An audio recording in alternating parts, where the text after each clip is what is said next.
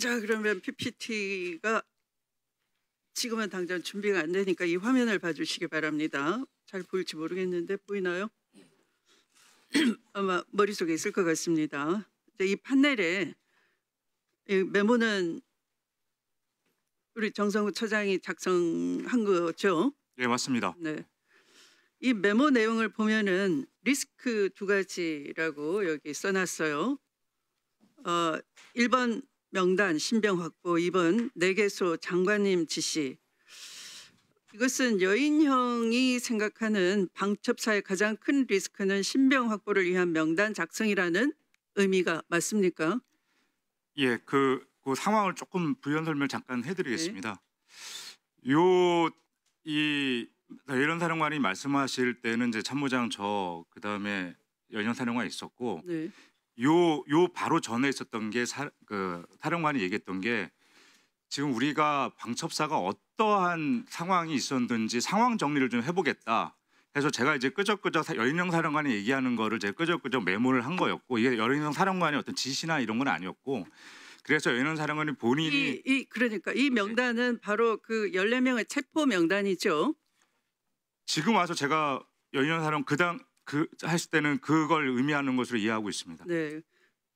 그러니까 이 두 번째 리스크 내개소 장관 지시라는 건 여인형이 선관위 등 4개 장소의 투입이 장관 김용현 지시에 따른 것이라는 그런 의미인 거죠? 예, 그렇습니다. 네. 그러니까 이것에 대해서 스스로 여인형도 리스크라는 걸 알고 부인하는 겁니다. 지금 그 헌법재판소나 이런 데 가서. 예. 자, 그러면 여기에 컴퓨터 교체, 정효, 희습 이건 뭡니까? 이거는 포렌식 수사를 대비해서 통째로 컴퓨터를 교체하려고. 다시 네. 말씀드리겠습니다. 저희 방첩사령부는 개개인 컴퓨터로 저장되는 시스템이 아니라 네. 중앙 서버로 저장되는 시스템입니다. 그래서 이게 컴퓨터를 교체한들 문서가 이렇게 되는 게 아니라 그래서 컴퓨터 교체할 필요가 없다. 네. 그때 말씀하신 거는 사령관실 등 압수수색 대비 이제 압수수색이 나올 테니까 그 법무랑 감찰 등 그 체크리스트 그런 것들이 있으니까 조언을 잘 받아서 준비를 잘 해라. 컴퓨터 교체할 사항은 그게 아니다. 해서 사령관실 보면 그 이름들은 1과 2과의 의미입니다. 그리고 그 사령관이 우리 저장하는 시스템을 몰랐기 때문에 그때 그렇게 말씀을. 그러니까 사령관 나름대로는 증거인멸을 적극적으로 지시하는 여러 방법을 이 컴퓨터 교체다 뭐 이런 것 가능한지 안 한지는 상관없이. 그 워딩은 없었습니다. 예. 어쨌든 그 사령관 중심으로 대책회의를 한 거죠. 대책회의보다는 사령관이 어떠한 상황이 있었는지 자기가 한번 정리를 해보겠다면서 쭉 나열한 거였는데 제가 그때 이게 어떤 지시사항이 아니었기 때문에 그냥 제가 말씀하신 것들을 이렇게 메모했던 사항입니다. 네. 그리고 아까 그 노상원의 전화번호를 사령관이 알려주더라 그랬는데요. 이상하지 않습니까? 여인영 사령관은 본인이 이 계엄 상황이 벌어지면은 합동수사본부를 맡아야 될 건데 네. 왜 이 전 사령관 민간인 노상원 번호를 알려주면서 지원하라 그럽니까? 그 당시에는 저도 몰랐고 이제 상황이 다 끝나고 나서 결과적으로 보니까 어떠한 상황이 있었는지 그분들끼리는 잘 모르겠습니다. 그래서 노상원 전화가 그 이후에 저한테 계속 옵니다. 제가 먼저 전화를 하고 계속 전화가 왔을 때 이 사람 왜 이러지? 왜 자꾸 출발 여부를 물어보지? 그러면서 제가 그 44분부터 51분, 56분에 집중적으로 통화되고 그 전까지는 출발 여부만 물어봤습니다. 44, 51, 56분 통화할 때는 제가 법무실 가서 윤비나 법무실장이랑 위법성을 검토를 한 이후였기 때문에 그 사람이 얘기하는 얘기가 너네가 출발을 했느냐? 지금 영해거저 소집도 안 되는데 어떻게 출발하니? 이렇게 쭉쭉쭉 얘기되면서 니네가 와서 전산실을 출입을 통제하고 서버를 카피해라. 그때부터 저랑 계속 논쟁이 있고 그러면서 제가 갈 수 없다. 위법성 얘기를 계속하고 임무를 다시 한번 재차 중단을 시키게 되고 그러면서 노상원 장군은 한숨을 푹푹 쉬면서 계속 네. 한숨 쉬는 걸 보니까 사전에 뭔가 사령관과의 사이에 협약이 뭐가 있구나. 그런데 입장에서 본다면 합동수사본부 관점에서는 합동수사본부가 다른 지원을 받거나 지휘를 해야 될 입장인데 거꾸로 합동수사본부를 꾸려야 될 인력이 그 민간인을 지원해야 된다 하는 건 전혀 지금 맞지 않은 얘기 아닙니까? 예, 그 당시 상황에서는 그러한 지금 맞지 않은 얘기죠.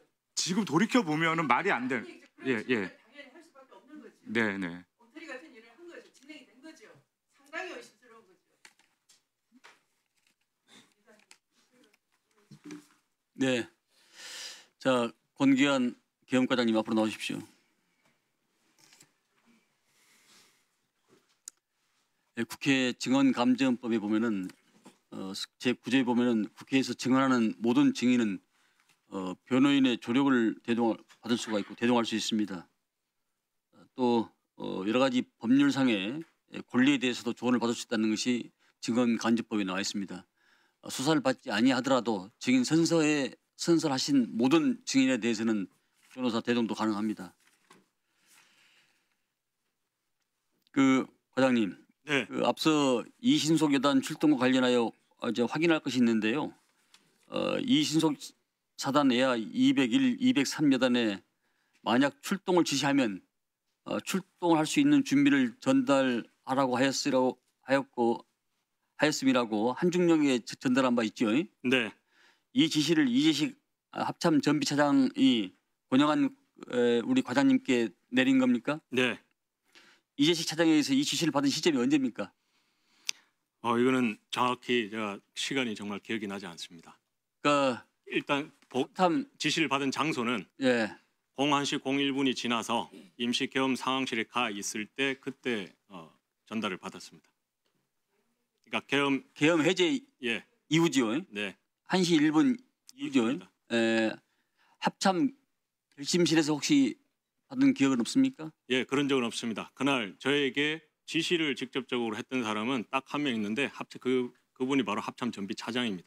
그분을 제외한 어느 누구도 저에게 뭔가를 막 이렇게 확인해라, 지시해라 한 분은 없습니다. 그러면 지금 말씀하신 대로 우리 이 차장님은 지시를 받은 분이 전비 차장이십니까? 네, 다른 분은 아니고 네.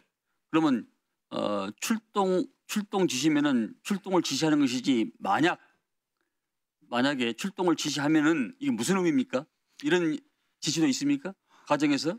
그래서 앞서 말씀드렸다시피 굉장히 특이한 표현이었고 이게 저는 당시에 이게 준비 명령이라든지 준비를 하라라든지 뭔가를 지시하라는 것도 아니고 만약 출동을 지시합니까? 계속 가정에 들어가는 이 표현이 굉장히 저는 의아스러웠었습니다.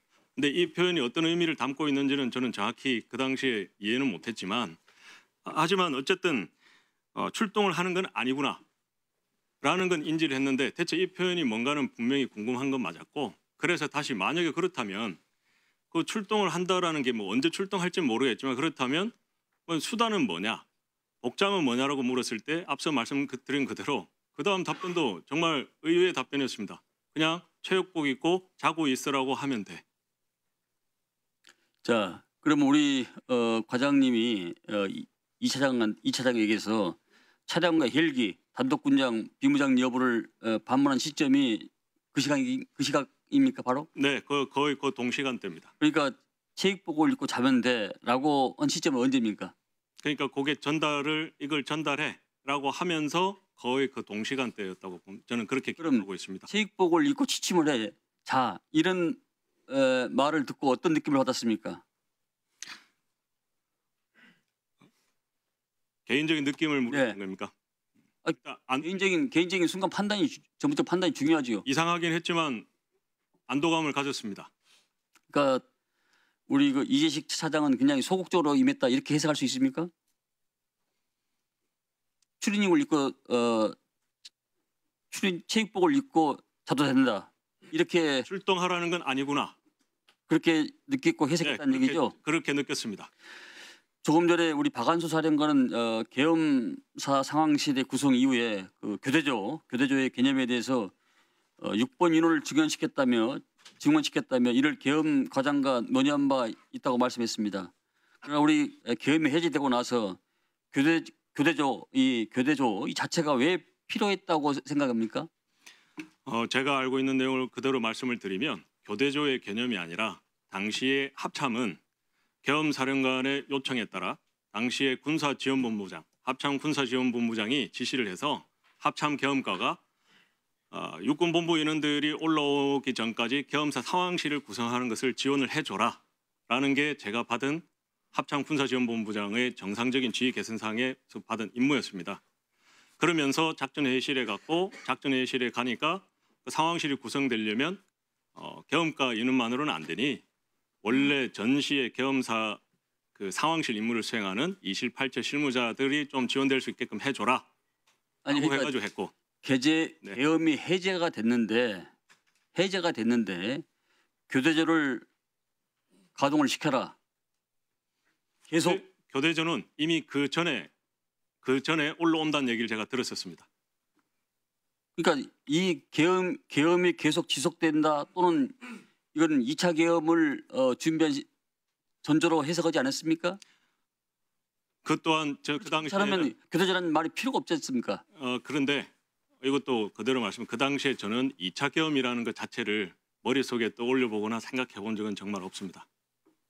일련의 과정들이 제 스스로도 솔직히 말씀드렸고 계엄 가결 이후에도 뭔가를 이어졌지만 그 과정 속에서 제 스스로 이것은 2차 계엄이구나라고 하는 생각을 제가 가져보지는 않았습니다. 그러니까 교대조란 그 말이 나왔을 때 우리 과장님께서는 2차 계엄까지는 생각을 안 했다 이런 말씀인가요? 그렇습니다. 그 이유는 원래 그 인원들이 당시에 육군참모총장께서 계엄사령관이었기 때문에 그 인원들이 원래 계엄사 상황실 구성 인원들이 되기 때문에 원래 걔들이 그냥 올라오는 것이지 저희와의 교대조라고 생각하지 않았었습니다. 자, 그럼 우리 과장님 마지막으로 자유스럽게 하고 싶은 분 있으면 말씀하십시오. 네, 저는 단 한 번도 이번 12월 3일 이후에 여기에 계신 분뿐만 아니라 그 어떤 의원님들과 통화 한 번 한 적 없습니다. 안기배라는 사람하고 통화 한 번 한 적 있습니까? 없습니다. 그런데 마치 우리 조금 전에 강 의원님께서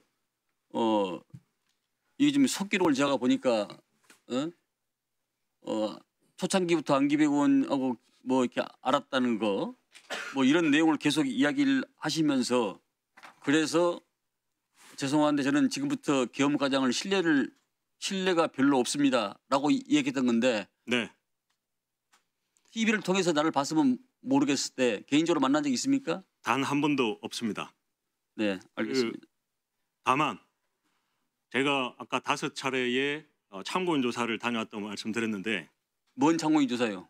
이번 계엄과 관련해서 예. 참고인 조사를 다녀왔는데 그중에서 참고인 조사를 나가고 다녀오면 계속 뉴스에서 나오는 것이 정말 기분이 좋지 않았습니다. 저는 군인이기 때문에 언론에 단 한 번도 접촉하지 않았고 언론에서 연락 오면 전화도 받지 않고 아는 인원이 연락 와도 전화도 안 받았습니다. 그런데 어떻게 된 영문인지 거기 가서 조사를 받고 오면 조사를 왔다라는 것도 뉴스가 나오고 그리고 2번은 그 조사 내용에서 했던 얘기들이 그대로 나왔고 사실은 3번이라고 봐야 됩니다. 주미 의원님께서 저에게 처음으로 질책받은 적 있지요라고 물으셨을 때 그냥 일이 잘 되게끔 하라고 그렇게 저는 받아들였으며 답한 것도 사실은 마음속으로는 굉장히 놀랐습니다. 어떻게 저것을 아시지? 사실은 그 전에 제가 참고인 조사를 받았기 때문입니다. 제 마음속에는 참고인 조사를 받았고 그 참고인 조사를 받는 그 공직기관도 공무상 수행하면서 알게 된 내용에 대해서 원래 알려주면 안 되는 걸로 저는 알고 있는데 어떻게 저런 내용들이 자꾸 여과 없이 언론에 그대로 나가지? 점점 시간이 갈수록 제가 했던 그 장소에 했던 워딩이 있는 그대로 나온다는 그 사실이 저는 사실은 너무 억울하고 왜 나의 비밀을 지켜주지 않지? 그게 제가 느꼈던 감정입니다. 자, 낮에는 새가 알고 밤에는 쥐가 압니다. 세상에 비밀이 없습니다. 그래서 천지지지 아지자지란 말이 있습니다. 하늘이 알고 땅이 알고 내가 알고 네가 아는데 왜 너만 모르냐. 자, 박한수 총장님. 네. 전 계엄사령관으로서 우리 이 계엄 과장님의 이 발언에 대해서 마지막으로 하고 싶은 말씀이 계시면 하십시오. 네. 똑같이 기회를 드리겠습니다. 네, 소신 있고 진실되게 말씀하셨다는 거 제가 느낌이 있습니다. 다만 제가 말하는 거와 계엄 과장의 선택적 의식이 좀 차이가 있다는 것도 느끼고 있습니다. 그리고 좀 전에 교대조 그 부분도 상황실을 구성하기 시작할 때 그런 얘기가 있었는데 교대하고 정원하고 이런 걸 할 수가 없는 육본의 능력이 안 되기 때문에 합참 상황실을 먼저 꾸려야 된다 이런 것까지도 대화를 했던 기억으로 말씀드리고 싶습니다. 이상입니다. 저는 오늘 지금 처음 알았는데 우리 김웅중 그 정책실장님하고 우리 박한수 총장님하고 계속 같이 계셨다는 거네요?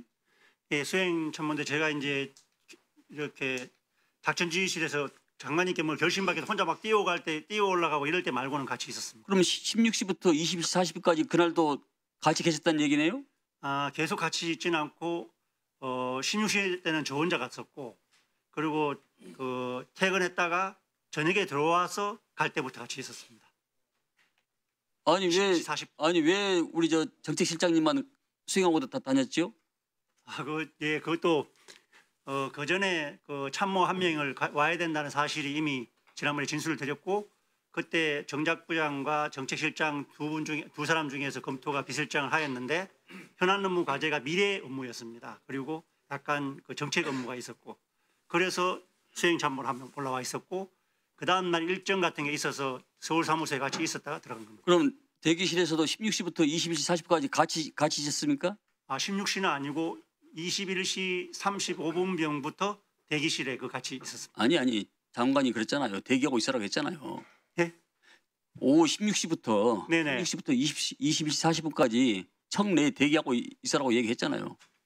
예, 그렇습니다. 16시에는 같이 안 했었고 그러면 언제부터 같이 있었어요? 그 저녁 식사할 때 같이 했고 저는 퇴근했고 퇴근하고 들어와서 그때 장관 대기실 갈 때 같이 갔습니다. 21시 40분까지 대기하라고 했는데 퇴근을 해요? 예, 저는 그때는 그거 특별한 적 없이 오라고 하셨기 때문에 그 시간만 맞추면 되니까 퇴근했었습니다. 아니 청 내에 대기하라고 그랬잖아요. 청내 대기라고 말씀하신 적 없습니다. 대기실로 오라 21시 40분까지 그렇게 말씀하셨습니다. 더 이상 추가하실 말씀이 없으신가요? 예, 그렇게 인식되고 있고 한 말씀은 더 드리면은 제가 이제 뭐 열머리가 있다 이렇게 강하게 뭐 개인적인 인격을 가지고 그렇게 한 사실은 없고 좀 목소리가 높았던 것도 사실이긴 합니다. 다만 두 번이 고마운 순간이 있었는데 하나는 지휘 감독권에 대해서 제가 잘 모르는데 가서 장관님께 확인하라 그랬을 때 제가 갔던 그건 제가 지금 오늘 안 사실인데 네. 일머리가 없다라고 3번을 말씀하셨다고 그랬잖아요. 3번 얘기인지 그건 저는 모르겠어요. 3번 정도 이렇게 3번을 말을 했다면 굉장히 타박한 말이고 철저히 계엄을 준비하지 않고 뭐 했냐 이렇게 해석할 수밖에 없잖아요. 장관 지시사항에 계엄과가 지원하라 이렇게 지시사항이 있었습니다. 그래서 저는 계엄과가 다 이렇게 뭐 지원하나보다 이렇게 내려갔는데 아무것도 안 돼 있어서 그래서 지금 과장님 잠깐 오늘 오전 그 과장님께서 발언하신 내용 중에 일머리가 없다고 타박하신 이 어휘가 3번이라고 얘기 안 했습니까? 네, 그렇습니다. 그거 봐요. 예, 세 차례 했는지 제가 그건 정확히 그건 굉장히 그건 강한 질책이고 네. 뭔가를 하기 위한 추동에 대한 그 원천적 그 원인 아닙니까? 맞습니다. 상황실에 아무도 모르고 계엄에 대해서 아는 사람이 없었습니다. 그런데 다른 이제 조금 3인칭 제3자의 입장에서 이렇게 툭툭 던지는 얘기를 해서 좀 내가 뭘 할지 그걸 좀 알려다 이런 식으로 얘기하면서 내가 필요한 것, 계엄 상황실이 필요한 것을 얘기하면서 그렇게 얘기했던 겁니다. 총장님, 네. 국방위를 오래 한 나도 아는데 평생에 군복을 입고 계신 분이 계엄을 올랐다는 게 말이 됩니까? 그 내용이 될 모르겠다는 게? 그건 어불성설입니다. 에?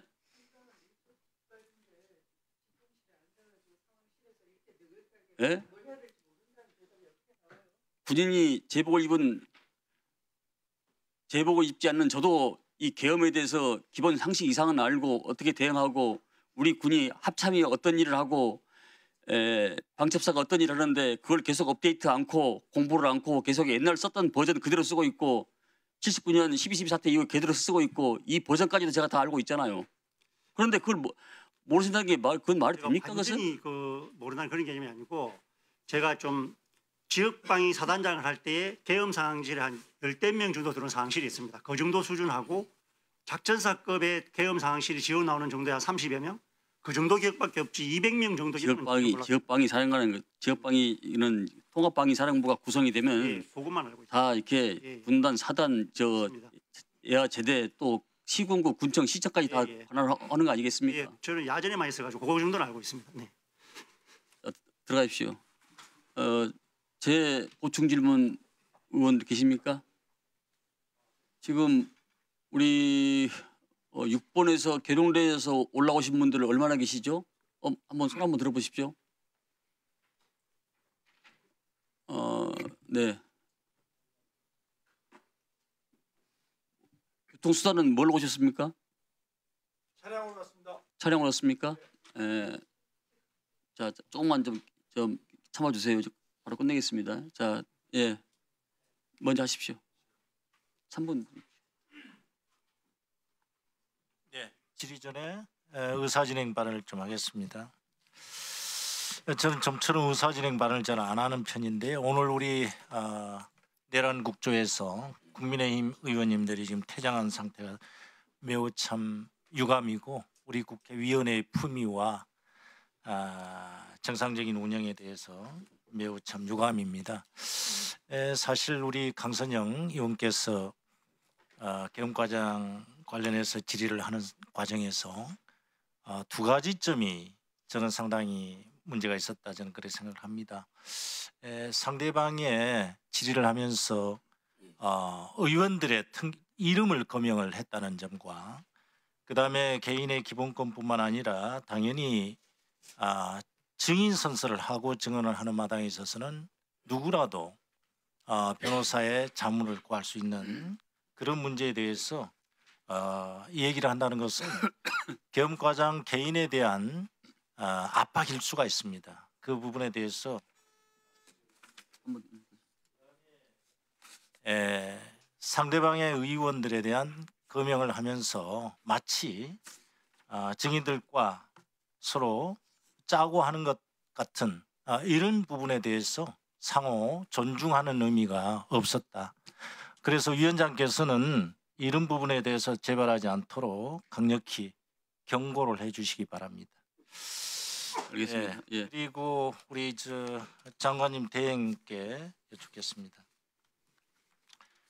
지난 2월 12일 그 헌법재판소에서 윤석열 대통령이 어떤 말씀을 하셨냐면 비상겸 당시에 군인이 시민에게 오히려 폭행을 당했다. 이렇게 주장을 했어요. 정말 이렇게 거짓말을 하고 있는데 당시 군인이 시민을 폭행한 사실도 없고 시민이 군인을 상대로 폭행하거나 그런 사실도 없었던 걸로 알고 있어요. 현재 이 상황에 대해서 우리 보고된 사례가 있나요? 이번 그 비상경과 관련해서? 제가 파악할 때 없었는데 지난번 707 단장이 나와서 얘기할 때 그렇게 해서 뭐 개인의 물품들이 파손되고 뭐 군용품 이런 것들이 있어서 제가 한번 특전사에 그런 것들이 있는지 파악해 봤는데 일부 이제 그 과정에서 물리적인 충돌이 있는 과정에서 좀 군용품들이 그러니까 몇 번 소실됐다는 얘기는 들었습니다. 거짓말이 거짓말을 낳고 더 큰 거짓말을 낳는데 그러니까 이게 현장과 이 강변과 개변으로 지금 이렇게 일관을 하고 있는 모습이 참 너무나 참담한데요. 이제 우리가 오늘 아까 우리 대행께서도 군인이 모든 명령에 복종을 해야 된다 그런 의미가 아니고 정당한 명령이나 적법한 명령에 대해서 이행을 한다 그런 식으로 이제 답변을 하셨잖아요. 네. 당연한 말씀이라고 저는 생각을 합니다. 그래서 이제부터는 우리 장병들에게 물론 이제 현재도 법률 교육과 군법 교육을 많이 시키고 있는데 헌법 교육도 추가해서 좀 확대해야 될 필요가 있다. 저는 그렇게 생각을 합니다. 그래서 우리가 어떤 대통령 개인에 대한 충성의 군대가 아니라 대한민국 국가와 국민에 대한 충성, 국민에 대한 사생관이 확실히 심어질 수 있는 그런 어떤 하나의 제복 입은 시민으로서의 군내 교육이 필요하다. 물론 더 나아가서는 사관학교 교육 자체도 개편을 해야 된다고 저는 생각을 합니다. 그래서 아까 말씀하시기에 이 사안이 모두가 정리가 되면은 뼈를 깎는 고통을 감수하고서라도 개혁을 하겠다라고 말씀을 해주셨는데 이제는 정말 앞으로 우리 대한민국 국군이 거듭날 수 있는 그런 기회로 삼아야 된다. 그래서 아까 제가 말씀드렸습니다만은 그래도 우리 연관 장교들 대령급, 중령급 이런 실무 장교들을 오늘 증언을 하는 그런 모습을 볼 때는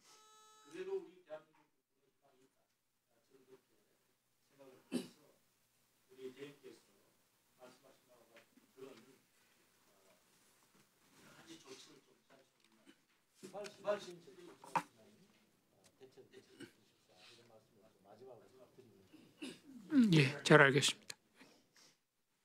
네. 또 추가 보충 질문 안 계십니까? 그러면 이렇게 순서입니까? 네. 자, 백혜련 의원님. 네. 그 6번 정책실장님 좀 나오세요. 네. 이쪽으로 좀 나오세요. 네. 네, 정책실장입니다. 네, 아까 수방사의 가용병력 확인과 관련해서 본인은 무슨 그 당시에 출동한 병력 확인을 뭐 하라고 한 거다 그렇게 얘기한 거예요? 네, 그렇습니다. 근데 그것도 지금 한영철 대테러 특수정가장의 말이 너무나 정확하기 때문에 그 말도 믿기가 어려운데요.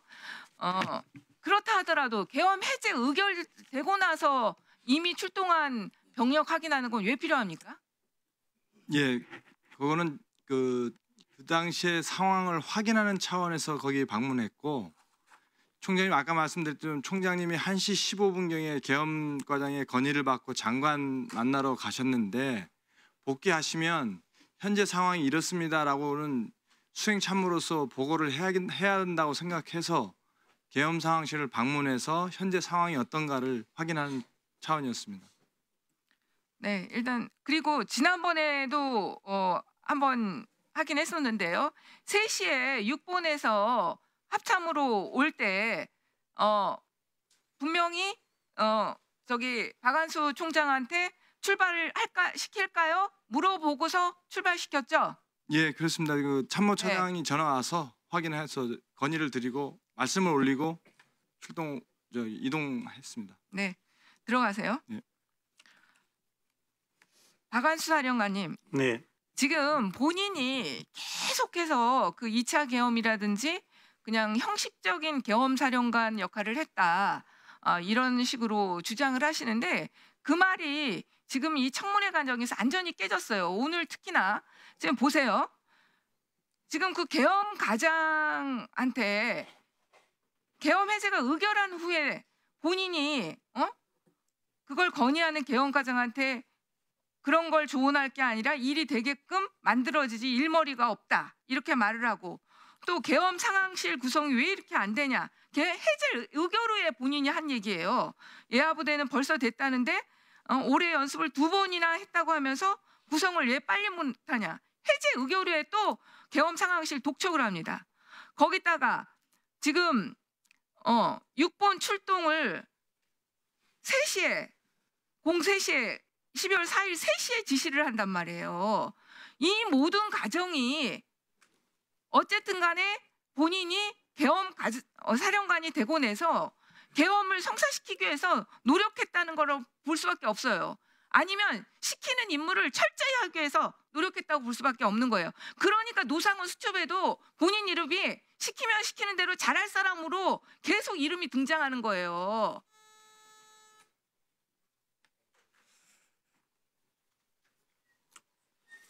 네. 용해인 의원. 먼저 순서가 민병 민윤- 의원님. 네. 네, 민병 의원. 예. 그 오주열 여단장님 잠깐 오시고요. 한영철 중령님 잠깐 오세요. 네, 201 여단장입니다. 네, 시간만 물을게요. 한영철 중령으로부터 전화 받은 시간이 언제죠? 제가 전화 받은 적은 없습니다. 그럼 뭐 어떻게 연락 받았어요? 지금 여단장이 직접 전화 받은 적이 없습니다. 어떻게 연락했어요? 여단 지통실로 통화했기 때문에 네. 여단장하고는 몇 시에 했어요, 그러니까? 시간은 정확히 기억나지 않고 아무튼 01시에서 02시 그 어간때 통화했던 걸로 기억합니다. 네, 그렇게 받고 나서 어떻게 했습니까? 제가 전화를 받지를 않았기 때문에 제가 조치한 사항이 없습니다. 그럼 뭘 물은 거죠? 지통실에다가? 각 여단에 처음에 전화했을 때는 아까 말씀드린 대로 출동 준비 지시가 내려갔을 때 준비를 완료할 때까지 걸리는 시간을 확인해 달라고 그거에 했고 대해서 어떻게 대답한 거예요? 본인이 대답했던 본인의 부대에서 대답했던 의원님 그럼 제가 그건 추가로 설명드릴게요. 최초에 그렇게 전화를 했고 그 다음부터는 제가 양계 여단에 확인하는데 제한 사항이 있어서 그 다음부터는 이사단에 전화를 해서 이사단으로부터 통보를 받아 그 예하 여단의 출동 준비 시간이 얼마 걸린다고 그러면 이 계엄사령부로부터 전화 받고 201 신속 대응 여단은 아무것도 한 게 없습니까? 경계태세 격상에 따른 조치부호만 시행이 됐었고 어떤 의원님이 우려하시는 추가 출동에 대한 이런 부분들의 조치사항은 지시한 바가 없습니다. 연대장님, 근데 어떻게 병사들은 계엄사로부터 추가 출동할 수 있냐고 물어와서 본인들은 출동 준비를 하고 출동 태세를 5시까지 했다고 얘기를 합니까? 정확한 어떠한 내용이 제보되는지 제가 알 수는 없지만 예상을 해보면 그때 거짓말 하는 거 아니에요? 여단과 대대도 화상회의를 하면서 소집된 인원들이 회의를 하고 있었기 때문에 혹시 그 회의 내용을 들었던 인원들이 혹시 확대 해석을 하거나 정말 출동하는 병사들이 라고 오해할 수 있었는데 본인은 몰랐어요? 용사들의 세부 의견까지를 제가 다 확인할 수는 없습니다. 예, 스톱. 잠깐만요. 됐어요. 네, 들어가십시오. 계엄사령관님. 네. 합참 정빅 차장은 계엄사령관 바로 밑에 있죠. 예, 있었습니다. 그렇죠. 같이 있었습니다. 네. 결국 뭐냐면요. 계엄사령관 밑에 육본 정책실장이 있었고 합참 정비 차장이 있었고 이분들이 모두 다 한영철 중령한테 가용 병력이 수방사하고 201 신속대응여단에 얼마나 되느냐라고 확인을 하라고 한 겁니다. 근데 그 시간이 계엄 해제 결의 이후예요. 맞죠? 예, 계엄 해제. 그래서 계엄 해제 결의 이후에 따로 계엄 사령관이 바로 밑에 있는 사람들을 통해서 수방사와 201 신속대응여단의 출동 여부, 가용 여부 이런 것들을 확인하려고 한 거고 그 이유는 윤석열 대통령하고 1시 16분부터 결심치에서 만나고 있었잖아요. 거기에서 대통령의 지시에 따라서 계엄사령관이 더 가용 인력이 있는지를 확인하라고 하는 것이 합리적 의심입니다. 그래서 그 밑에 있는 201 신속대응여단을 비롯해서 모든 부대에 잘못이 있는 게 아니에요.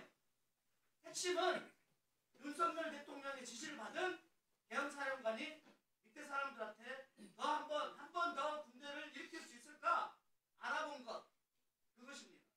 안 그렇습니까? 그렇지 않습니다. 저 합참 차장하고 정책실장이 계엄 해제 의결 이후에는 저하고 같이 있는 상황이 아니었고요. 나중에 나오는 수방사 예하 부대나 201 신속 대응사에 대해서 제가 그런 단어 자체가 기억이 안 납니다. 그런 지시를 한 적이 없습니다. 네. 예. 네. 네. 마무리하세요 빨리. 예. 그런 지시를 하지도 않았는데 밑에 있는 사람들이 가용 병력을 국회 해제 결의 이후에 확인하는 절차를 거쳤다는 거예요. 근데 특히 육군 정책실장은 계엄사령관하고 완전히 붙어 다니는 사람 아닙니까? 이분은 직접 한영철 중령에게 지시를 했는데 한영철 중령은 지시를 받았다 그러는데 본인은 지시하지 않았다고 하고 있고 누구 얘기를 믿겠습니까? 여기 지금 수행존속부관하는 그 대위 나와 계시나요? 박근태? 잠깐만 스톱하시고요. 예, 박근태 소령입니다. 예, 한영철 중령을 부르러 온 사람 맞습니까? 한영철 중령 본 적 없습니다. 그러면은 한영철 중령이 잘못 생각인가요? 부르러 온 사람 아니에요? 예, 제가 한영철 중령을 부르러 간 적이 없습니다. 그런 사람 아니네요. 예, 됐습니다. 들어갔어요. 결국은 육군 참모총장님, 참모총장님의 태도가 이 모든 사람들의 헷갈리게 하는 겁니다. 지금 주문을 하는 내내 본인이 가장 잘못해놓고는 다 발뺌하고 있어요. 지금 계엄사령관 육군 참모총장이라고요. 그분이 윤석열 대통령을 제어하지 못한 겁니다. 계엄 끝났습니다. 그만하셔야 됩니다. 이래야 되는데 그거 하지 못하고 가용 병력 있어라고 하니까 가용 병력을 다 수배한 겁니다. 그렇게 했으니까 한중령이 알아보지 왜 알아봅니까? 육군 정책실장 거짓말하는 거예요. 네. 여기에서 혹시라도 한중령이 여러분들 사이에서 문제를 당하거나 그러면 반드시 문제를 할 겁니다. 특히 육군 정책실장님 말이 되는 소리를 하세요. 네, 김병조 의원 질의해 주십시오. 잠깐. 예, 박선은. 박 의원님이 먼저네. 예. 예. 이 장관 직무대행 그 12월 4일 합참에서 대대급 이상 합참 통제하에 둔다라고 한 게 몇 시 지시였습니까? 12월 4일 새벽입니다. 지금 합참 지시 좀 제가 확인을 해봐야 될 것 같습니다. 네, SBS 영상 한번 틀어봤죠요. 12월 4일 오전 8시 8분에 국회에서 계엄 해제 의결 2시간이 지났는데 합참 강조 사항 해가지고 707에 저렇게 내려갔어요. 전부대 출입 통제를 합참에 한다까지는 1번이 맞는 것 같은데요. 2번을 보시면 어떻습니까? 출동 태세 유지로 되어 있어요. 그래서 방금 민병덕 의원 질문한 거하고 이어지는 거죠. 그러니까 제2 내란은 머릿속에 없었을지 모르나 계엄은 지속되고 내란은 지속된다라고 하는 지적을 하지 않을 수가 없습니다. 저 합참명의로 내려간 공지 승인은 누가 했습니까? 김명수 합참의장입니까? 아니면은 김영현 당시 국방장관입니까? 박한수 계엄사령관. 전무부장입니다. 예. 그 저게 몇 시에 내려간지를 제가 잘 모르겠지만 예, 이 3시 8분이요. 저기 보이잖아요.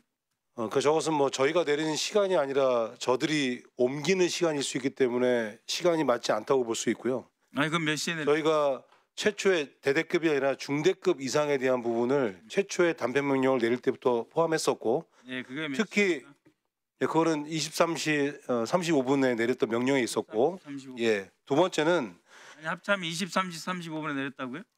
그 명령을 내렸고 예. 단편 명령을 예. 저 합참 강조 사항이라는 것이 아마 제가 볼 때는 저희들이 상황 전문을 내린 적이 있습니다. 그 내용이 예. 비상계엄 해제 결의안이 가결된 공안시 03분에 그 사항을 보고 저하고 의장과 얘기를 나눈 다음에 중대급 이상 부대 이동은 합참 승인을 받아라 하고 내린 사항 전문이 있었습니다. 지난번에 기간 보고 때 포함되어 있었습니다. 그렇죠. 그게 예. 몇 시죠? 그게 공안시 13분에 내렸습니다. 01시 13분이고 저거는 예. 그럼 3시 8분은 뭡니까? 그 3시라는 시간은 저희가 내린 시간이 아니라 저들이 움직였던 시간에 릴리스한 시간이 되겠죠. 네, 알겠습니다. 들어가세요. 계속해서 특검을 통해서 확인해야 될 사항이라고 봅니다. 홍창식 법무관리관 좀 나와주시겠습니까? 장관 공관에는 몇 번이나 가셨나요? 지난번 2번 갔다고 했습니다. 2번 가셨습니까? 예. 노상훈 봤습니까? 아닙니다. 양호열 봤습니까? 나중에 뭐 그분이란 걸 알았습니다. 그러면 무슨 이야기 나누셨습니까? 그때는 그 국회 법안 심사가 있었기 때문에 보통 10시에 열립니다. 그때 심의할 그걸 가지고 9시에 가서 한 15분 정도 설명드리고 바로 국회로 왔습니다. 네, 마무리해 주세요. 예. 아까 김철진 군사보좌관도 그렇고 대통령실 봉투에 포고문이 들어있었다라고 말씀하셨는데 홍창식 법무관리관과 조창래 정책실장 등은 이러한 포고문 작성에 전혀 관여한 바 없죠? 지난번에도 없다고 말씀드린 바 있습니다. 그러셨죠? 예. 그러니까 지금 현재까지는 우리 국방부 정책 파트라든지 법무 파트에서 직접 포고령에 작성에 관여한 건 없어요, 그죠? 예, 저희 법무 파트는 없습니다. 정책 파트 없습니까? 정책실도 제가 없는 거 확인했습니다. 그러니까요. 예. 증인으로서 지금 두 분이 말씀하시는 거니까 믿겠다 이 말씀이에요. 그러면은 적어도 포고령은 국방부와 상관이 없는 쪽에서 작성되었는데 장관이 봉투에 애지중지하면서 들고 다녔다 이렇게 정리할 수 있겠네요. 뭐 봉투를 들고 다니고 이런 것들은 뭐 제가 뒤에 나온 진술로 들었던 것이고요. 일단은 국방부가 그 자료 작성하는데 국방부 어느 부서도 관여되지 않았다고 제가 확인을 하고 있습니다. 네, 수고하셨습니다. 김병지 의원님.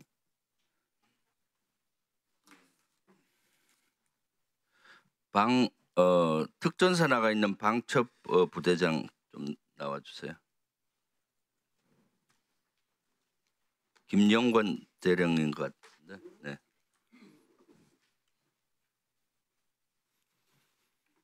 예, 특전사 방첩 부대장입니다. 네. 지난주 금요일 날 14일로 추정 14일 날 성일종 위원장 측하고 임종덕 의원 측에서 토요일 날 휴일 날 국회로 오라는 연락 받았죠.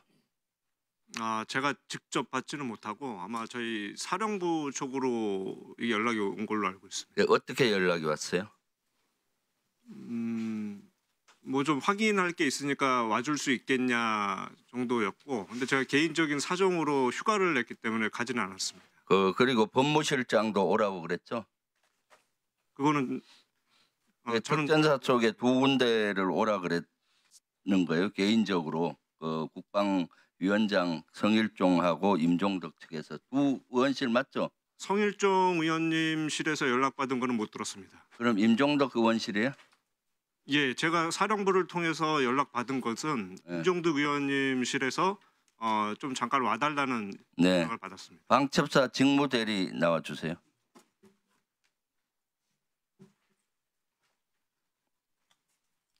예, 방첩사 참모장입니다. 그래서 방첩 부대장이 안 간다고 했더니 방첩사 직무대리한테도 전화가 갔죠? 보내라고. 의원실에서 말씀이십니까? 네, 의원이 됐든 누구. 아닙니다. 전화 본 적 없습니다. 국방위원장은 전화 없었어요? 예, 전화 임종덕 의원은 못 받았습니다. 네. 그래서 이거는 뭔가 하면은 지금 개별적으로 휴일날 불러서 지금 예를 들어서 음모론으로 얘기했던 것들 그거를 확인하려고 그랬습니다. 그래서 저때 응하지 않으니까 707 단장을 월요일 날 불러서 국방위를 열은 겁니다. 이게 말이 됩니까? 그렇게 조금 전에도 보잖아요. 아까 여러 개 저들이 음모하고 공작하고 회유하고 하면서 역지사 적반하장격으로 우리한테 회유한다고 덮어씌우고 있어요. 이것도 국방위에서 좀 더 알아보려고 그럽니다. 나온 김에 저 슬라이드 한번 띄워주세요. 방첩사 지휘부에서 지난번에 무인기 보고 삭제 지시를 했다라는 거 봤죠?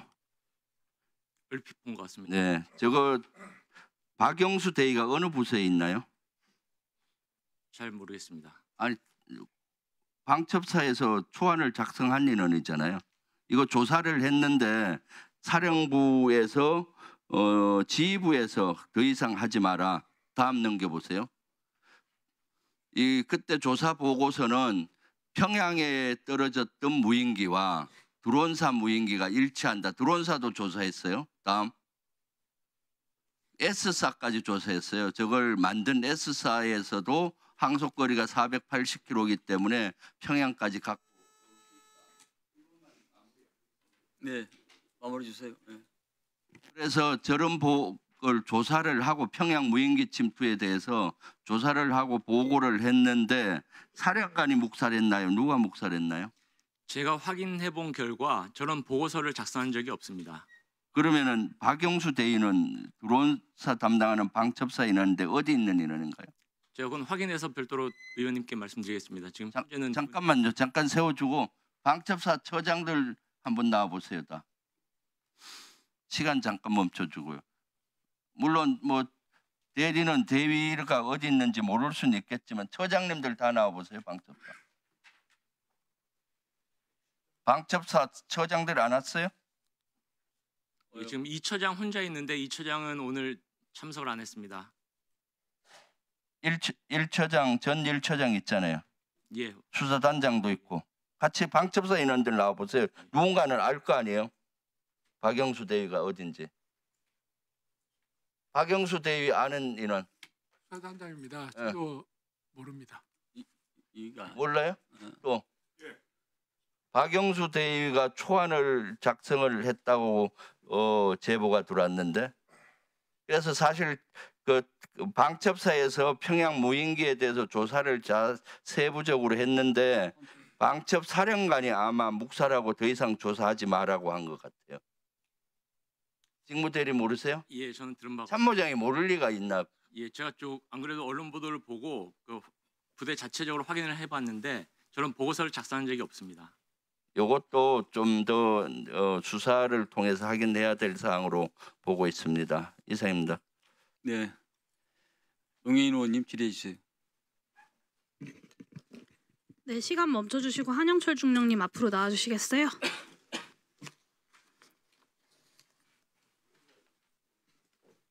죄송하지만 이쪽으로. 네, 감사합니다.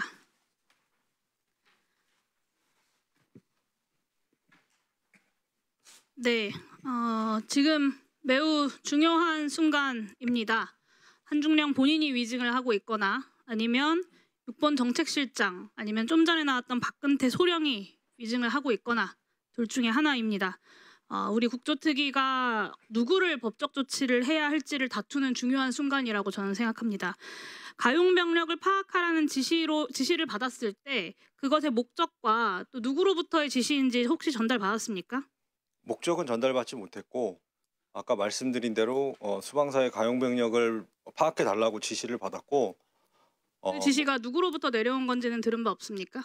그것은 제가 알지 못하고 저는 호출을 받고 가서 했고 아까 제가 총장님 수행 부관이라고 생각했던 인원은 당시에 그 안에 부관을 수행하고 있는 인원은 총장님밖에 없다고 생각해서 했는데 네. 아까 말씀드렸듯이 제가 기억하고 있는 인원은 안경을 안 쓰고 있었기 때문에 네, 알겠습니다. 그렇지만 여기에 전속 부관 표시를 봐서 그거는 좀 더 확인이 알겠습니다. 네, 국회로부터 계엄이 비상해제된 지 1시간이 지났는데 가용병력을 확인하라는 지시가 그 당시에 어떤 목적이었는지 직감하지 않았습니까?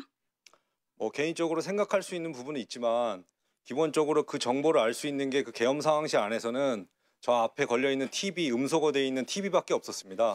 본인의 생각은 있었다는 거죠, 그것에 대한? 어떤 판단은 무엇이었는지 혹시 여쭤봐도 될까요? 저는 그때 당시에 알 수 있는 정보는 그 TV 자막으로 나와서 국회에서 계엄 해제가 의결됐다는 그 정보만 가지고 있었고 거기에서 나오는 화면에서는 국회에 어떤 사람들과 군인들이 혼재되어 있는 부분들이 네, 증인 제가 여쭤본 건 가용병력을 확인하는 것이 어떤 의미인지를 판단하셨냐라는 질문이었습니다. 가용병력은 뭐 출동할 수도 있다라는 그러니까 출동할 수 있는 병력을 확인한다라는 정도로만 생각을 했습니다. 네, 관련해서 국방부에서 증인에게 사실관계를 확인한 바 있습니까? 뭐 직접적으로 확인한 적은 없습니다. 네, 들어가셔도 좋습니다.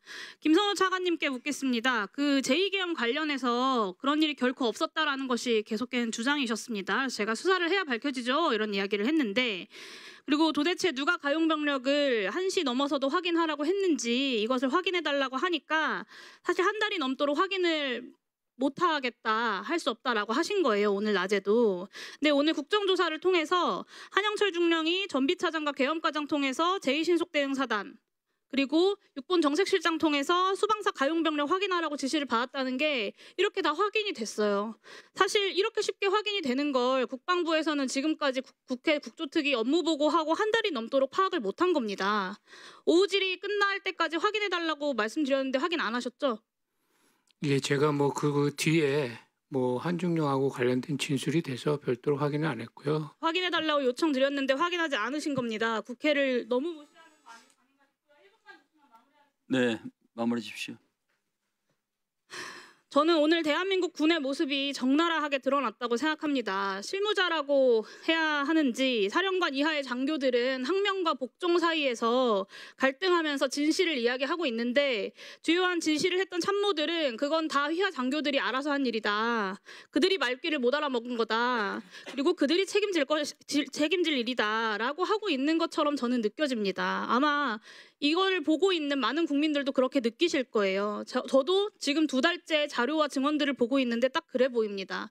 사령관들은 숨기기에 급급하고 영관급 장교들은 진실을 말하고자 하는데 대한민국 국방부가 과연 그 둘 중에 누구의 편에 서 있는지 국민들이 오늘 이 장면을 보면 뭐라고 하시겠습니까? 답변 듣지 않겠습니다. 이상입니다. 네, 윤건영 의원님. 시간 멈춰주시고 국회 협력단장님 나와주시기 바랍니다.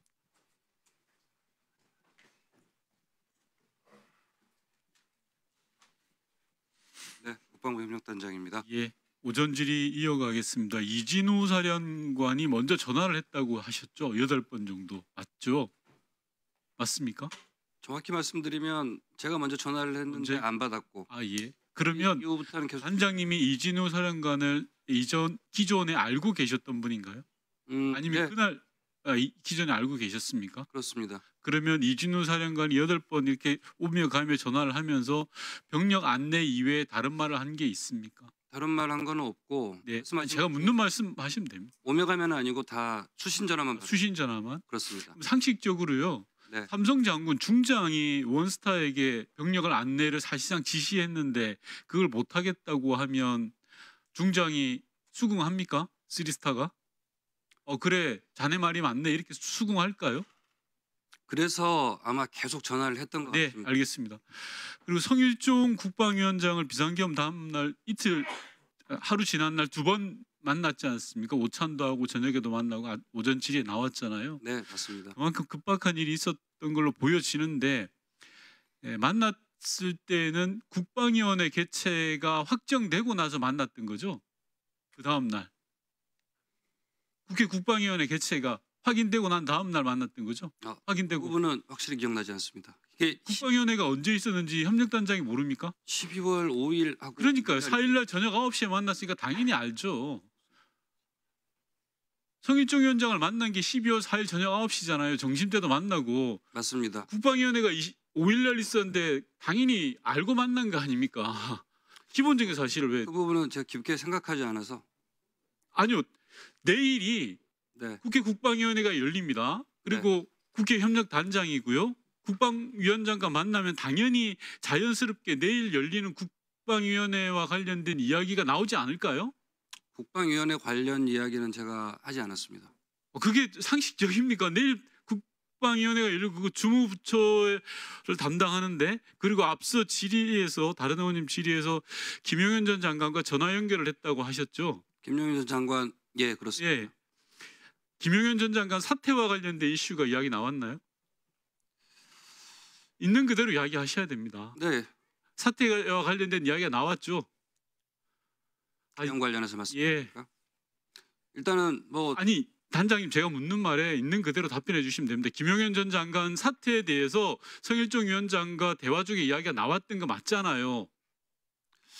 그걸 정확하게 말씀을 못 드리겠습니다. 아니 약간 좀 화를 내듯이 말씀하셨는데 예. 스피커폰으로 한 것도 아니고 예. 두 분이 통화하신 거를 제가 네 아니 좀 제한다고 생각합니다. 오찬장과 저녁 9시에 만났다라는 건 급박한 일이 있었다라는 거고 그 다음 날 예, 마무리해 주세요. 예. 다음 날 국회 국방위원회가 열리고 김용현 전 장관이 출석 문제가 쟁점이었는데 당연히 제가 들은 바도 있고요. 사퇴 이슈를 당연히 논의하지 않았습니까? 두 분이 통화하신 거는 확실한데 제가 그 지금 내용까지는 또 말꼬리를 돌립니까? 사퇴 이야기를 들었습니까? 그 자리에서 사퇴 이야기 들었습니까? 못 들었습니까? 진실을 이야기하십시오. 안 그러면 위정죄로 고발합니다. 사퇴 이야기 들었습니까? 못 들었습니까? 잠깐 시간을 주시면 제가 말씀을 드릴 수 있을 것 같습니다. 예, 이야기해 보세요. 네.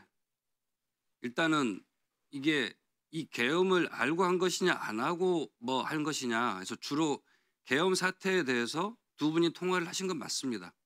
다만 거기서 국방부 협력단장이 국방위원회 개최를 결정하고 증인을 결정하고 하는 거는 다 국방수석 전문위원실에서 하고 있습니다. 그래서 제가 그 해야 될 분야는 아니라고 생각합니다. 아니 사퇴 이야기를 들었냐고 안 들었냐고 물었잖아요. 사퇴 이야기 들었습니까? 안 들었습니까?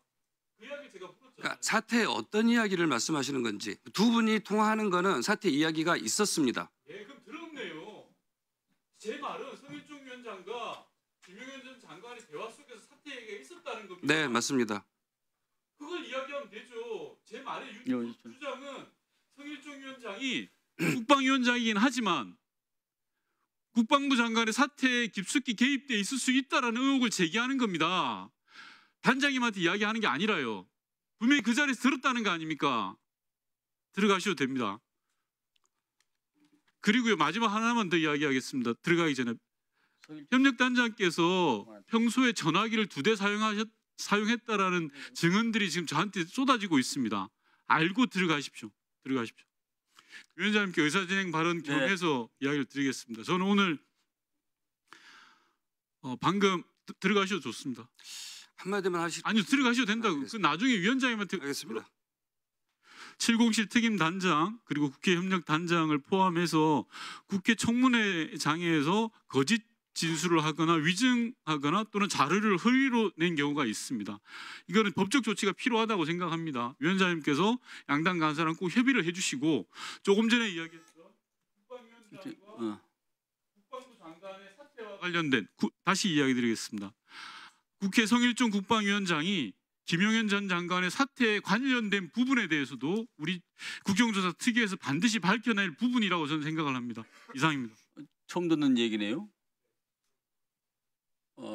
우리 지금 협력단장이 그걸 지금 증언을 했다는 얘기죠? 네, 알겠습니다. 심각한 얘기입니다. 자, 마지막으로 추미애 의원님. 의사진행 발언을 잠깐 하고 시작하도록 하겠습니다. 네, 계엄법에 의하면 국회가 계엄 해제 결의를 하면은 지체 없이 해제하도록 돼 있습니다. 이런 계엄법과 그 시행령은 대통령도 지켜야 되고 계엄사령관도 지켜야 되는 겁니다. 그런데 한기호 이 여당 간사님은 대통령 명령이 우선이다 이렇게 얘기하고 있어요. 대통령이 해제를 명하기 전까지는 명령을 따라야 된다 계속 이렇게 강조를 합니다. 그런데 계엄법과 헌법을 지키지 않은 이 12.3 계엄은 불법 계엄이고 곧 내란입니다. 불법 명령을 따라야 한다 라는 것은 내란을 벌하지 아니하고 오히려 부추고 있는 것입니다. 그래서 오늘 이 나오신 증인들은 대체로 우리 군의 허리를 지키고 있는 분입니다. 그래서 이 여당 간사나 여당 국회의원들의 말에 오염되면 절대 안 되는 것이죠. 그래서 위원장님 시간 주세요. 3분 주세요. 국정조사에 출석한 증인을 향해서 변호인을 자문을 구했느냐, 변호인을 선임했느냐, 그렇다면 당신은 범죄 의혹이 있기 때문이 아니냐라고 몰아붙이는 품위가 떨어지는, 자질이 떨어지는 이런 발언도 해대면서 이 자리를 이탈을 했습니다. 근데 그 이탈을 아까 한기호 위원장이 선동을 하시더라고요. 그래서 저는 이 두 분을 국회 윤리특위에 우리 위원회의 결의로 제소할 것을 동의하는 바입니다. 여기 지금 속기록에 다 나와 있으니까요. 네, 모든 게 다 나와 있습니다. 네. 자, 질의해 주십시오. 반효민 특전사 중령 나와 계십니까?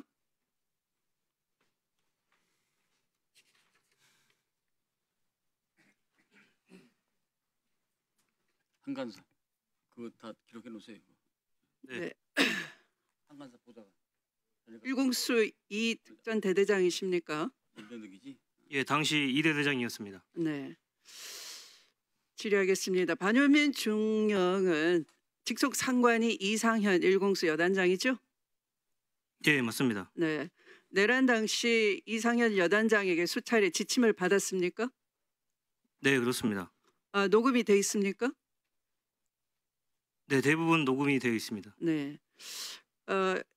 이상현 여단장으로부터 12.3 내란 당시에 의원을 끌어내라라는 지시를 받은 적 있습니까? 당시에 일단 저는 군인으로서 인원이라는 표현을 많이 씁니다. 사람에 대해서 인원이라는 표현을 네, 많이 쓰고 어쨌든 네, 이따가 물어보겠습니다. 최초의 이상현 여단장이 12월 4일 00시 20분경에 전화를 해서 의원회관으로 가서 끄집어내라라고 지시를 했죠. 예, 의원회관으로 이동해라라고 했습니다. 네, 10분 뒤에는 또 의원회관 말고 의사당으로 가라. 담을 넘어라 이렇게 지시했습니까? 맞습니다. 네. 이렇게 의원 또는 인원 이렇게 달리 표현이 바뀌는 것은 왜 그렇습니까? 최초에는 인원이라고 표현했고 네. 제가 사실 저는 인원이라고만 계속 들었지만 네. 나중에 통화 내용 들었을 때 의원이라고 표현한 게 맞다고 답변했습니다. 이상현 여단장 그 00시 40분경에도 반종영에게 재차 전화를 해서 본관으로 가서 애들이 지금 의결하는 모양이야. 문짝을 부쉈으라도 의원들을 끄집어내. 그러니까 의원을 애라고도 표현한 바가 있고요. 이때는 또 의원이라고 제대로 얘기했나요? 이 표현이 다양합니다. 그 상황에서는 그렇게 지시한 바 있죠. 네, 그렇습니다. 네. 00시 49분경에 또 전화를 해서 국회 앞쪽은 사람들이 많으니 뒤로 가서라도 넘어가라. 가서 문짝 부쉈으라도 의원들 끄집어내. 이렇게 지시했습니까? 네. 네. 이후에 철수 지시를 받았고 새벽 4시경에 부대로 복귀했습니까? 예, 4시경에 부대 복귀했습니다. 네. 지금 그 당시부터 지금까지 쭉 우리 반종영이나 부대원들은 심리 상태가 어떻습니까? 저희가 군 생활을 하면서 저 같은 장교 같은 경우는 저는 20년 동안 이사를 강원도, 충청도, 경상도, 경기도 지금 현재는 서울에 근무하고 있지만 한 10번 이상 이사를 했습니다. 저희가 좀 계엄에 대해서 잘 몰랐다고 무식한 군인이라고 생각하실 수 있습니다. 조국과 군과 국민만을 바라보면서 희생을 해온 저희 특전사 장병들 우리 군인들이 그 12월 3일 사태로 인해서 굉장히 많은 상실감을 가지고 있고 본인의 군 생활과 또 삶의 전부였던 군 생활이 부정당한다고 생각하고 있습니다.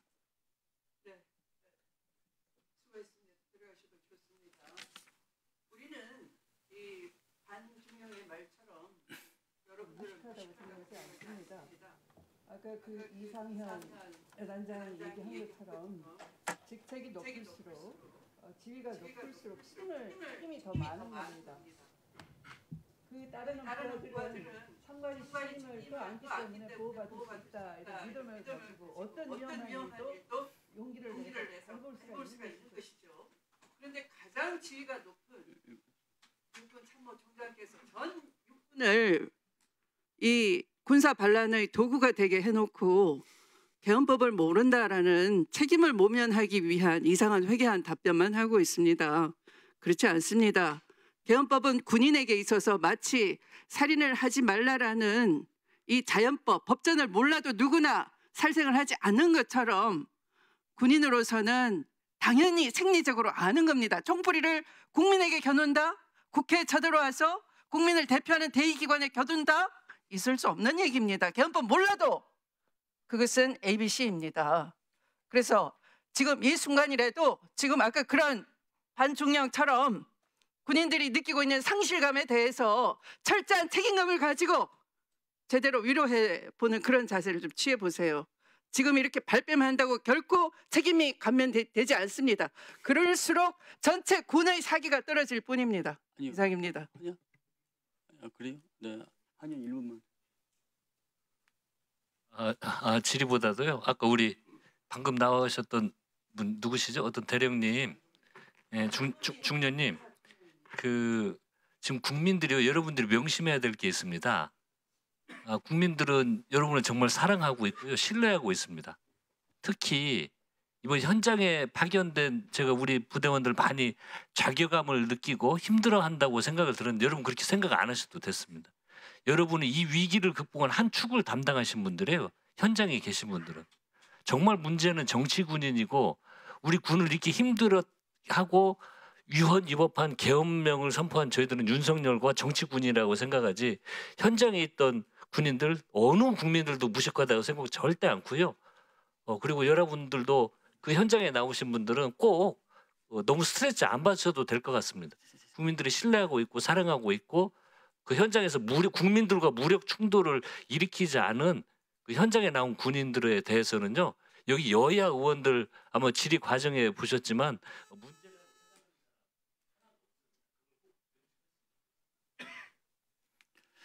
네, 인간은 누구나가 내일이 없는 오늘이 옵니다. 그래서 오늘 소중한 것이고요. 오늘이 일생일대에 저는 가장 우리 군과 우리 특위위원들이 소중한 날로 저는 기억되라고 생각합니다.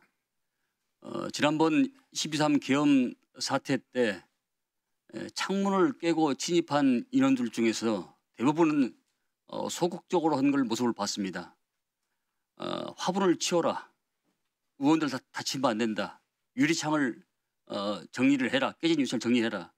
이런 얘기를 제가 들었습니다만은 아마 대부분 우리 군인들은 그렇게 했던 것 같습니다. 그런 가운데 정치 군인들이 있어가지고 그 정치 군인들에 의해서 오늘 이렇게 이런 사태가 벌어졌습니다. 그럼에도 불구하고 저는 우리 군을 믿습니다. 여기 계신 분들이 어떤 측면에서는 동생 같고 조카 같고 아들 같은 분들이기 때문에 저 역시 이 자리에 앉는 것이 상당히 착잡한 마음인 것입니다.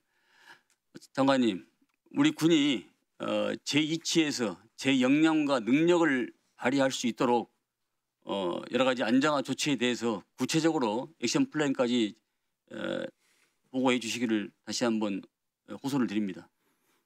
예, 빠른 시간 내에 준비해서 제가 보여드리도록 하겠습니다. 사실 제가 오늘 이경민 방첩차 참모장한테 제가 드릴 말씀이 있는데 간단히 하겠습니다. 사실 우리 이경민 차장은 11월 29일 날 사령관 집무실에서 여인영, 이경민, 정성훈을 포함해서 앞으로 이 합수부가 꾸려지면 어떻게 할 것인가에 대해서 구체적으로 논의를 했는데 지난번부터 오늘까지 계속 시종여일 수미상관으로 일관되게 계엄 당일날 담화를 보고 알았다 이런 말을 보고 저기 실망감을 갖지 않을 수 없습니다. 자, 더 이상 질문하신 의원이 안 계시므로 아니 지금 저 인원들이 우리 저 뭐야 계룡대까지 지금 신도가까지 가야 되잖아요. 예? 네. 시간이 지금 나도 질의를 안 했는데 하고 나도 지금 할 게 많아요 지금 하는데 자 깔려 끝내세요 간단하게. 자 네, 2분 하세요. 네, 2분. 저기 오대령 신대령 계시죠? 예, 정부사 오대령입니다. 그 공작관 출신이죠? 예, 그렇습니다. 무술 태극권 좋아하시고. 아니 바꾸겠습니다. 예, 정보 분석 특기라고 스스로 자부하십니까? 공작관입니까? 정보 분석 특기입니까?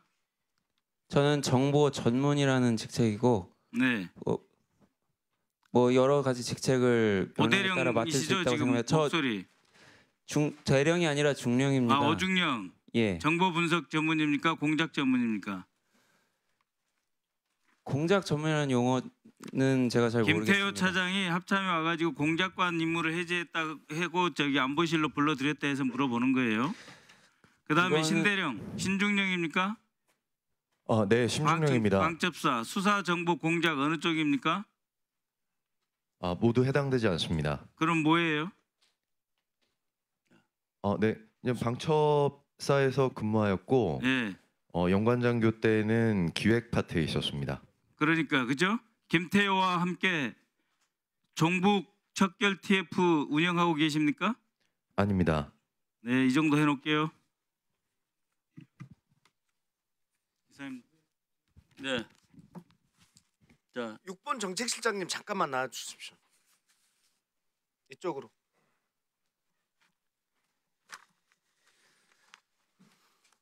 예, 정책실장입니다.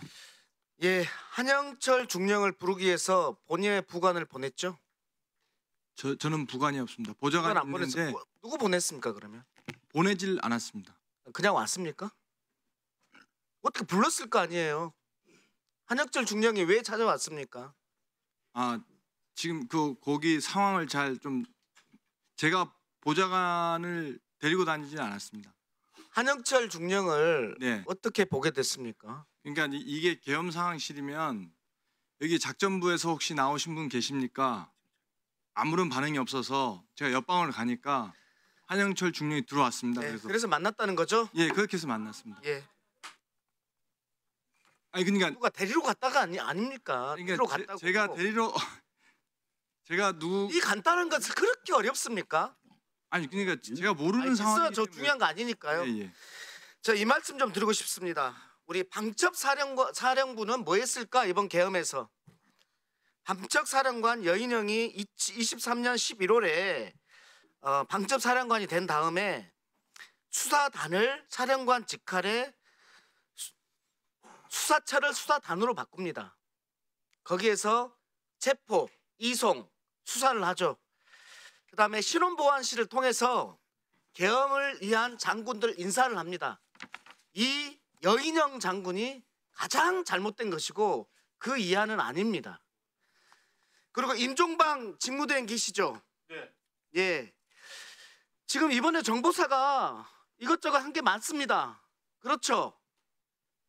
그렇죠? 네, 그렇습니다. 문상호, 노상훈 때문에 정보사가 똥이 된 겁니다. 그렇죠? 어떻게 극복할 겁니까?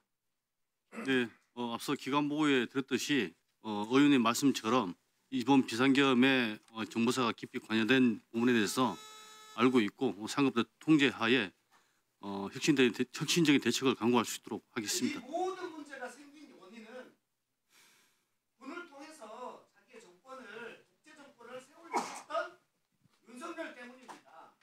그 사람하고 같이 내야부동에서 자기 출사하려고 했던 문상호, 오상원, 여인형 거기에 이용당한 우리 육군 참모총장님 이것 때문에 여러분들이 고생하시는 겁니다. 무엇이 문제인지를 알아야 됩니다. 그래서 정보사 절대 내란에 개입되면 안 되는 곳인데 이 정보 자산이 많이 손상됐는데 잘 세워주시라는 말씀을 드립니다. 네, 알겠습니다. 그리고 방첩사는 절대 내란을 막는 곳인데 이번에 내란에 주축이 돼가지고 움직였어요. 이것들에 대해서 정보사 전체, 방첩사 전체에서 해결을 해야 됩니다.